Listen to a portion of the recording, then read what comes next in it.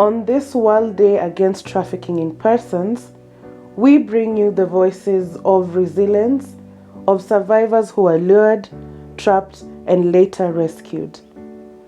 Kenya National Commission on Human Rights, Trace Kenya and GIZ, funding the Better Migration Management Project, are working together to stop this injustice.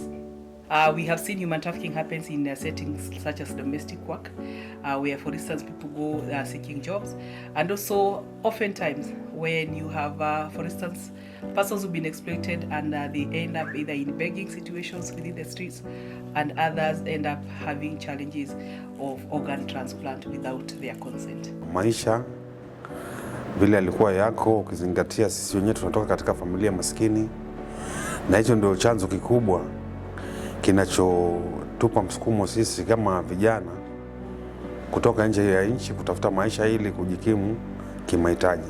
Nilivyokuwa Saudia, nilivyojaribu kutoka pale kwa ile nyumba, kwa sababu nilikuwa nishapitia dhulma nyingi, nikajaribu kuangalia venye nitatoka, kwa sababu nilikuwa simu yenyewe sikuwa na communication. So wao waliponipatia simu ambao nilikuwa tunatumia landline kwa hiyo nyumba, nilivyonipatia mimi nikawaambia nyumbani, mimi natoka hapa ndani, kama mtanisaidia mimi nitatoka. Trafficking in persons, as defined in the CTIP Act, involves the recruitment, movement, or harboring of individuals through force, coercion, deception, or abuse of power for the purpose of exploitation. Today we're going to focus a little bit on migrants and their rights.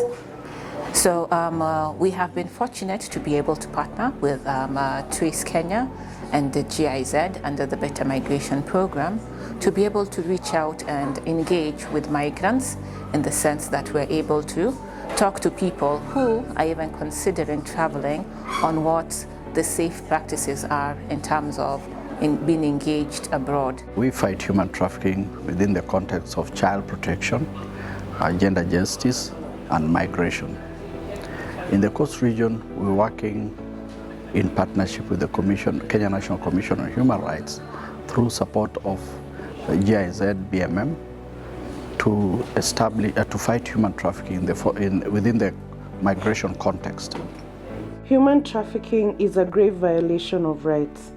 Behind every statistic is a human story, like Jalia's and Kevin's, not their real names. I would also want to speak to the fact that the government of Kenya has done quite a lot in addressing some of these challenges. One of them is creating a counter trafficking in persons advisory committee, which I chaired for 3 years. Within this particular committee, they advise the cabinet secretary on actions to take in order to fight human trafficking, and also to implement different policies that the government has developed. Stand with KNCHR, learn the signs, report suspicious activity, be the voice that breaks the chain.